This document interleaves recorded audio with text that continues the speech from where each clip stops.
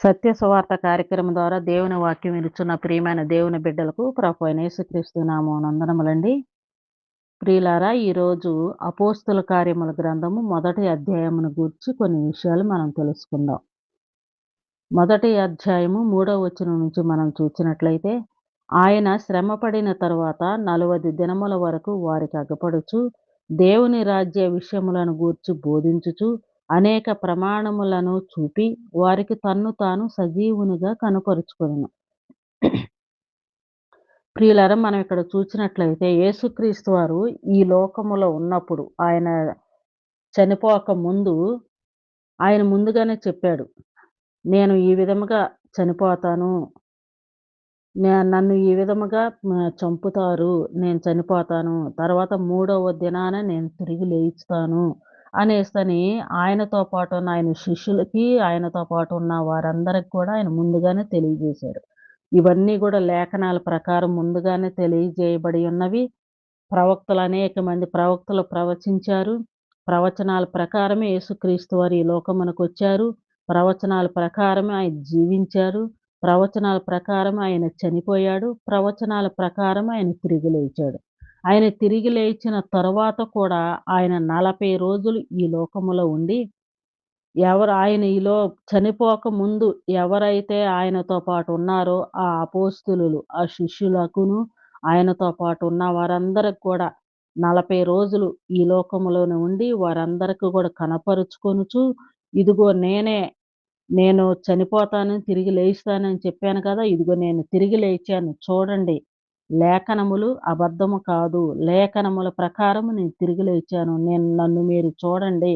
నన్ను గుర్తుపట్టండి అనేసని తన గాయములను చూపించుకుంటూ కూడా వారందరికి కూడా అగపడుచు తన్ను తాను రుజువుపరుచుకున్నట్లుగా మనం ఈ లేఖనాల్లో మనం చూడగలుగుతూ ఉంటున్నాం.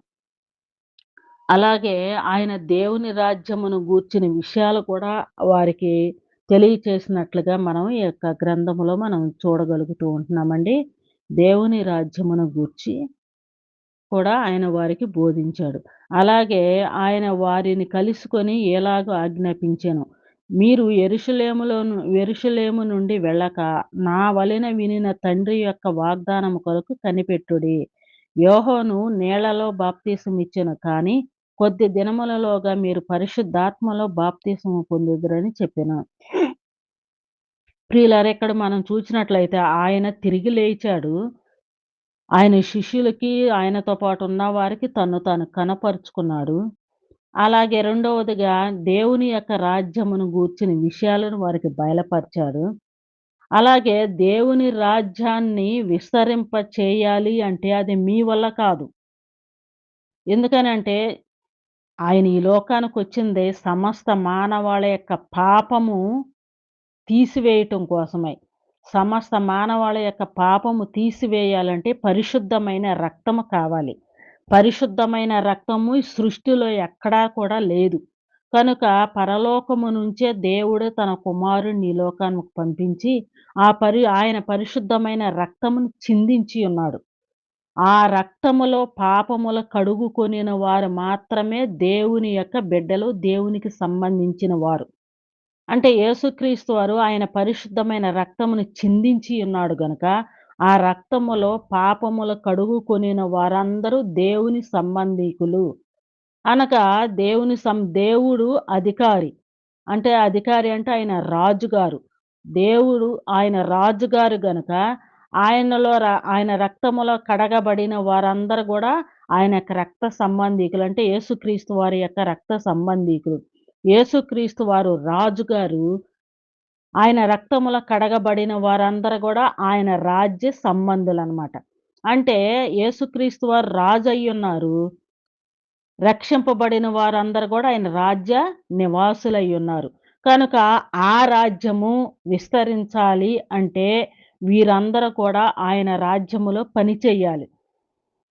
ఆయన రాజ్యములో పని చేయాలి అంటే వారికి వారుగా, ఎందుకంటే వారు కూడా మానవులే కదా! అందుకనే మానవులే కనుక వారు అది విలువైన రాజ్యం. ఎందుకంటే యేసుక్రీస్తు వారే అన్నారు.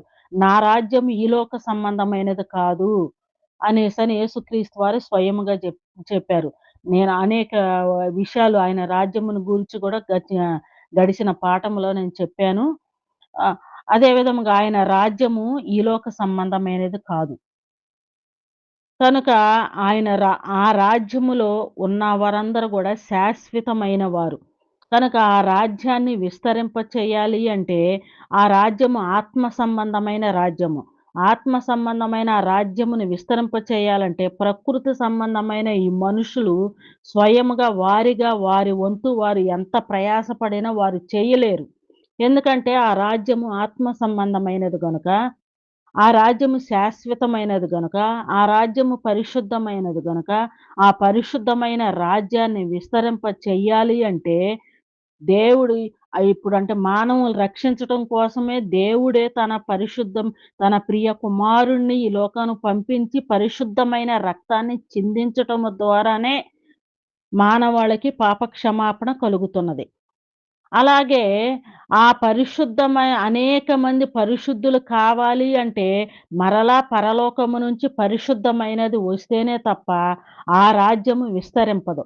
అందుకనే పరిశుద్ధుడైన రక్తములో కడగబడిన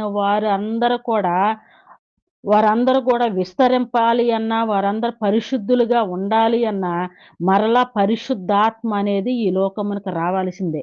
పరిశుద్ధాత్ముడు వచ్చి ఈ మానవులకి అనగా ఆయన శిష్యులకు గాని, దేవుని యొక్క సువార్తను ప్రకటించే వారందరికి గూడా పరిశుద్ధాత్ముడు సపోర్ట్‌గా ఉండి, వారికి తోడుగా ఉండి, వారిలో ఉండి, వారితో ఉండి, దేవుని యొక్క విషయాలన్నిటిని గూడా విస్తరింపచేస్తూ దేవుని యొక్క రాజ్య సువార్తను ప్రకటిస్తా ఉన్నప్పుడు, ఈ మనుషులు, ఈ శిష్యులు, ఈ యొక్క దేవుని యొక్క సువార్త పనిచేసే వారందరూ ఆయన మాటల్ని ప్రకటించాలంటే, పరిశుద్ధాత్ముడు వారిలో ఉంటేనే, వారికి తోడుగా ఉంటేనే, వారు ఆత్మ సంబంధమైన యొక్క రాజ్యాన్ని విస్తరింప చేయగలుగుతారు. కనుక పరిశుద్ధాత్మ ఈ లోకానికి రావటం గూడా అవసరమై ఉన్నది. అందుకని యేసుక్రీస్తు వారు ఏమని చెప్తూ ఉంటున్నారంటే, ఆయన ఆరోహణమై వెళుతూ ఆయన ఏమంటున్నాడంటే, ఆయన వారిని కలుసుకొని ఇలాగ ఆజ్ఞాపించెను.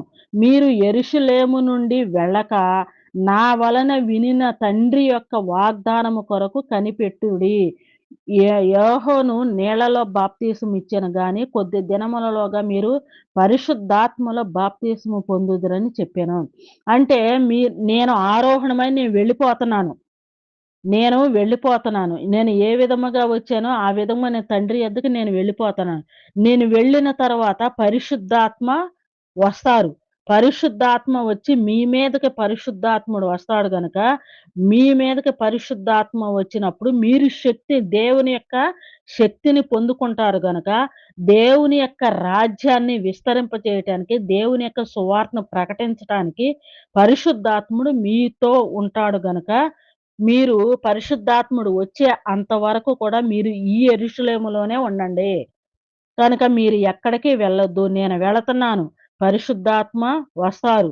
కనుక అప్పటి వరకు మీరు యెరూషలేములోనే ఉండండి అనేసని ఆయనతో పాటున్న ఆ యొక్క అపోస్తలులకు ఆయన తెలియజేసినట్టుగా మనం చూస్తూ ఉంటున్నాం. ఆయన తిరిగి లేచిన తర్వాత వారికి కనపరుచుకున్నాడు. ఆ తర్వాత నేను వెళుతున్నాను. నేను వెళ్ళిన తర్వాత పరిశుద్ధాత్మ మీ మీదకు వస్తాడు గనక, అప్పటి వరకు మీరు లోనే ఉండండి అని చెప్పారు. అయితే అపోస్తలులు అడుగుతున్నారంటే, "అయ్యా ఏమి రాజ్యము? ఏంటి? దేవు రాజ్యం విస్తరించటం ఏంటి? రాజ్యాన్ని గురించి ప్రకటించటం ఏంటి? మరలా ఇశ్రాయేలీయులకి ఆ యొక్క రాజ్యాన్ని మరలా అప్పగిస్తావా? ఏంటి?" అనేసననంటే, ఆ రాజ్యము గురించి అప్పటికి వారికి అర్థం కాలేదు. తెలీదు గనక వాళ్ళు అడుగుతూ ఉన్నప్పుడు, ఆ రాజ్యమేంటో, ఆ రాజ్య విషయాలేంటో అయన్నీ గూడా మీకిప్పుడే అర్థం కాదు కానీ, అవన్నీ గూడా అక్కడ అంటూ ఉంటున్నారు 6 వచనంలో. కాబట్టి వారు కూడి వచ్చినప్పుడు ప్రభా, ఈ కాలమందు ఇశ్రాయేలీయులకు రాజ్యమును మరలా అనుగ్రహించెదవా అని ఆయనను అడుగగా ఆయన కాలము, సమయములను తండ్రి స్వాధీనములో ఉంచుకొనియున్నాడు. వాటిని తెలుసుకొనుట మీ పని కాదు. అయినను పరిశుద్ధాత్మ మీ మీదకు వచ్చినప్పుడు మీరు శక్తి నొందెదరు గనక, మీరు యెరూషలేములోను, యోదయ, సమరయ దేశముల యందంతటను భూదిగంతముల వరకును నాకు సాక్షి అయ్యుందురని వారితో చెప్పెను. అప్పుడు ఆ ఇశ్రాయేలీయుల రాజ్యమును గురించి తర్వాత గాని, కాలాలు, సమయాలు వాళ్ళకి ఏ రాజ్యం ఇయ్యాలో ఇయన్నిటిని తర్వాత చూద్దాం గానీ, మీరు మాత్రము యెరూషలేములో పరిశుద్ధాత్మ వచ్చేంత వరకు యెరూషలేములోనే ఉండండి. పరిశుద్ధాత్ముడు వచ్చిన తర్వాత రాజ్యానికి సంబంధించిన విషయాలన్నీ ఆయన మీకు బయలుపరుస్తాడు గనక, అప్పుడు ఆ రాజ్యం అంటే ఏంటి? ఈ విషయాలన్నీ బయలుపరుస్తాడు గనక ఆయన బయలుపరిచిన తర్వాత మీరు యోదయ, సమరయ, యెరూషలేము ఈ పట్టణాలు బూదిగంతముల వరకు దేవుని యొక్క రాజ్య సువార్తను మీరు ప్రకటిస్తారు గనుక, అప్పటి వరకు పరిశుద్ధాత్ముడు వచ్చేంత వరకు మీరిక్కడే ఉండండి. ఆయన వచ్చాక దేవుని రాజ్యాన్ని గురించి, ఆ ఇశ్రాయేలు రాజ్యం ఏంటో, దేవుని రాజ్యం ఏంటో ఆయన మీకు బయలుపరుస్తాడు. ఆయన బయలుపరిచిన తర్వాత ఏ రాజ్యాన్ని మీరు ప్రకటించారో ఆ విషయాన్ని తెలియపరుస్తాడు గనక, అప్పుడు మీరు బూది గంతముల వరకు నాకు సాక్షులై ఉంటారు అనేసని ప్రభువారు వారికి తెలియచెప్పినట్లుగా మనం చూస్తూ ఉంటున్నాం. ఈ మాటలు చెప్పి వారు చూచుచుండగా ఆయన ఆరోహణమాయెను. అప్పుడు వారు కన్నులకు కనపడకుండా ఒక మేఘము ఆయనను కొనిపోయెను. ఆయన ఆయన వెళ్ళుచుండగా వారు ఆకాశం వైపు తేరి చూచుచుండిరి. ఇదిగో తెల్లని వస్త్రములు ధరించుకొనిన ఇద్దరు మనుషులు వారి యొద్ద నిలిచి, గలిలయ మనుషులారా మీరెందుకు నిలిచి ఆకాశము వైపు చూచుచున్నారు? మీ యొద్ద నుండి పరలోకమునకు చేర్చుకొనబడిన ఈ యేసే ఏ రీతిగా పరలోకమునకు వెళ్ళుట మీరు చూచితిరో, ఆ రీతిగానే ఆయన తిరిగి వచ్చునని వారితో చెప్పెను. ఆయన ఈ యొక్క రాజ్యమును గూర్చిన విషయాలన్నీ పరిశుద్ధాత్ముడొస్తారు. రాజ్యాన్ని విస్తరింపచేస్తాడని చెప్పి ఆయన ఆరోహణమై వెళ్ళిపోతా ఉన్నాడు. ఆయన వెళ్ళిపోతూ ఉన్నప్పుడు వారందరూ ఆయన వైపు అలాగా ఆకాశం వైపు చూస్తూ ఉంటుంటే, అక్కడికి ఆ యొక్క దేవదూతలు వచ్చి తెల్లని వస్త్రములు ధరించుకొనిన ఇద్దరు మనుషులొచ్చారంట. ఇద్దరు మనుషులు వచ్చి, "ఎందుకు మీరలా చూస్తున్నారు? ఆయన ఏ రీతిగా అయితే ఎళ్తా ఉన్నాడో ఆయన మరలా ఆ రీతిగానే మరలా తిరిగి వస్తారు" అనేసని చెప్పాడు. అంటే అక్కడ ఏం చెప్పాడు అనేసనంటే, యేసుక్రీస్తు వారు పరలోకము నుంచి వచ్చి పరిశుద్ధమైన రక్తమును చిందించాడు. ఆ పరిశుద్ధమైన రక్తములో కడగబడిన వారు మాత్రమే ఆయనకు సంబంధించిన వారు. అంటే ఆయన రాజ్య నివాసులు. ఆ రాజ్యాన్ని విస్తరింపచేయటం కోసమే పరిశుద్ధాత్ముడిని పంపించాడు.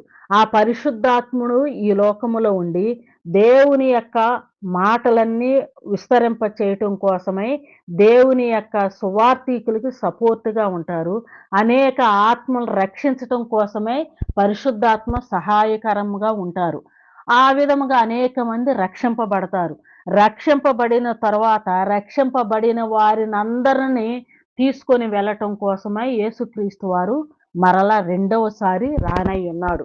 ఆ ర రక్షింపబడిన వారినందరిని గూడా తీసుకొని ఎళ్లి ఆయన పరలోకములో ఉంచటం కోసమై ఆయన ఏ రీతిగా వెళ్ళాడో ఆ రీతిగానే మరలా రానయ్యున్నాడు అనే విషయాలను ఇక్కడ మనకి తెలియజేస్తూ ఉంటున్నారు.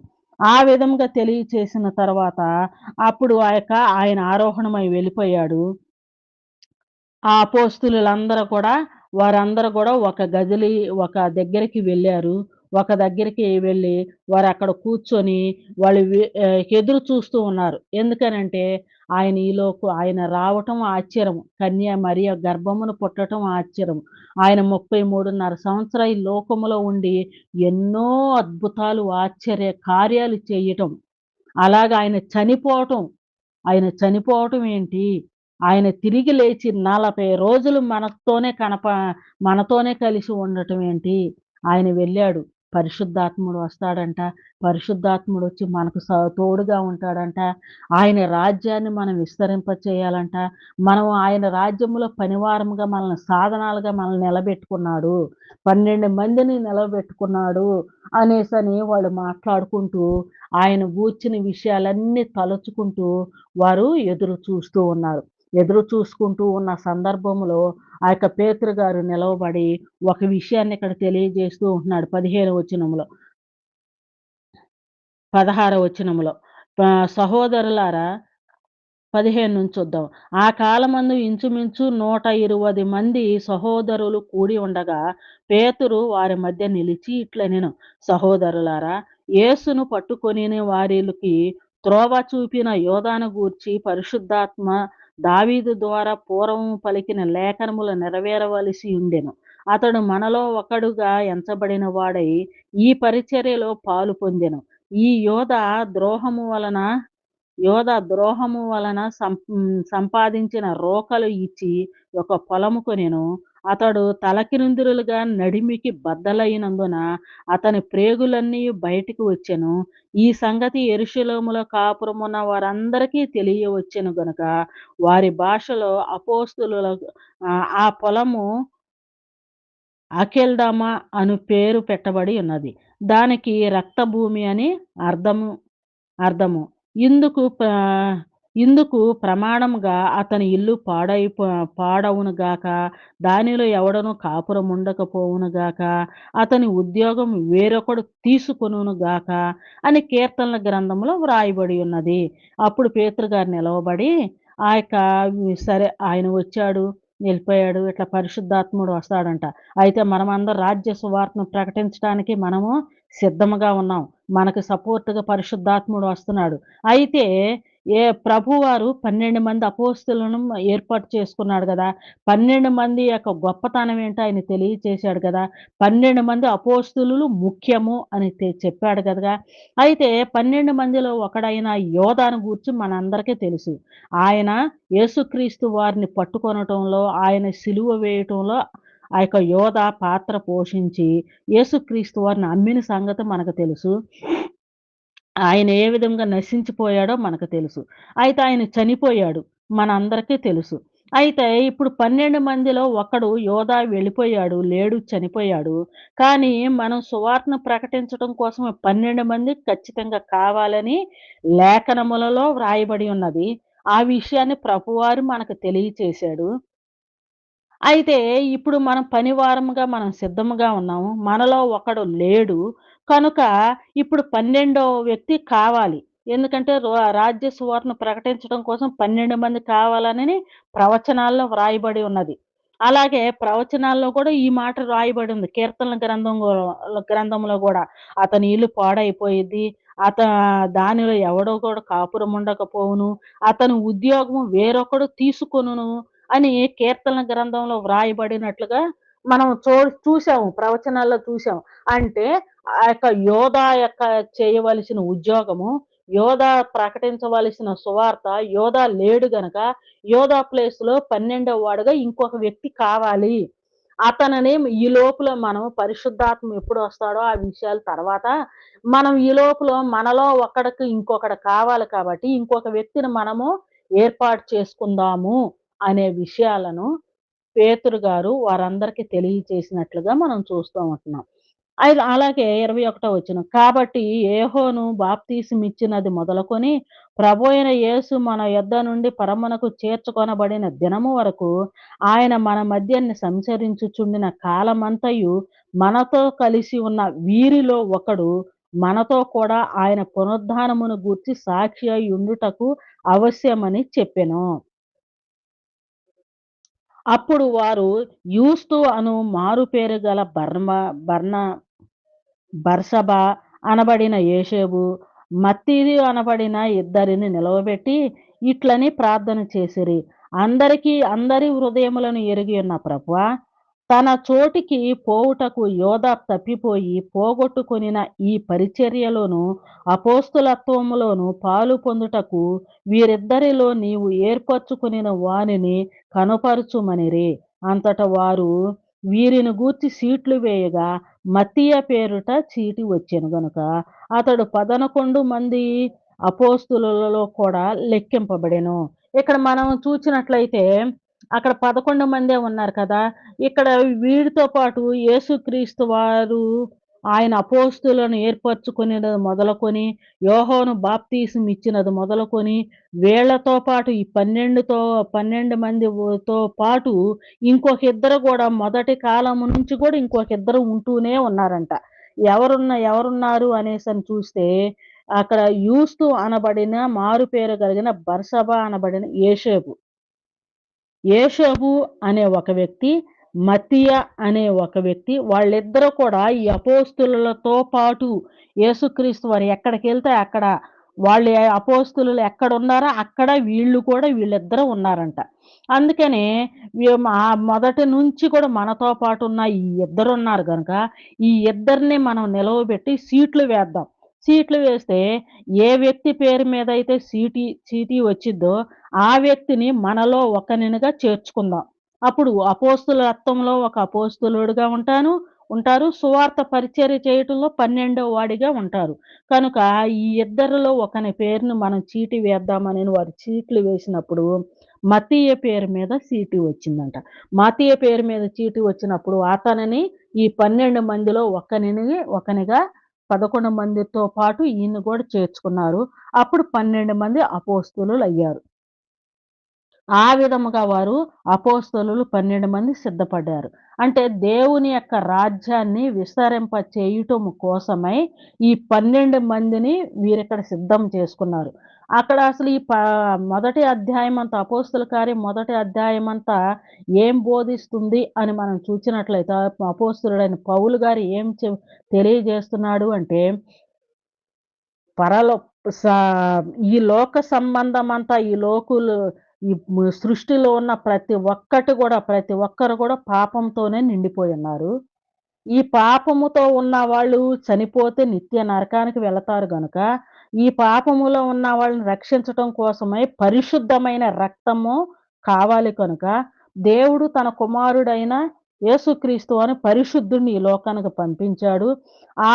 ఆయన పరిశుద్ధ రక్తములో కడగబడిన వారు మాత్రమే మరలా నిత్య రాజ్యానికి, పరలోక రాజ్యానికి వెళ్ళటానికి అర్హులు అని తెలియచేశారు. ఆ విధముగా ఆ రక్తాన్ని చిందించటం కోసమే ఆయన వచ్చాడు. ఆయన రక్తాన్ని చిందించాడు. ఆయన ఆరోహణమై వెళ్ళిపోయాడు. ఆ విషయాలన్నీ బయలుపరచటం కోసమై అపోస్తులులను దేవుడు ఏర్పాటు చేసుకున్నారు. అలాగే ఆ పరిశుద్ధమైన రక్తాన్ని చిందించటం ద్వారా కడగబడిన వారందరూ పరిశుద్ధులు గనుక, ఆ రక్షింపబడిన వారందరూ కూడా దేవునికి సంబంధీకులు, దేవుని రాజ్య నివాసులు గనక, ఇది రాజ్యము ఈ లోక సంబంధమైనది కాదు. ఈ రాజ్యము పరలోక సంబంధమైనది గనక, పరలోక సంబంధమైన పరిశుద్ధమైన రాజ్యము గనక, ఆ పరలోక సంబంధమైన పరిశుద్ధమైన రాజ్యమును ప్రకటించాలన్నా, విస్తరింప చేయాలన్నా పరిశుద్ధాత్మ తోడు ఉండాలి గనక, ఈ మానవుల వల్ల కాదు గనుకనే పరిశుద్ధాత్మని ఈ లోకం మనకు పంపించి, ఆ పరిశుద్ధాత్మని ఈ యొక్క అపోస్తులకి పరిశుద్ధాత్మని యొక్క సహాయముతో వీరు ఆ ఆత్మ సంబంధమైన, రాజ్యము సంబంధమైన విషయాలను ప్రకటించినప్పుడు అనేక మంది ఆ రాజ్యములో చేర్చబడతారు.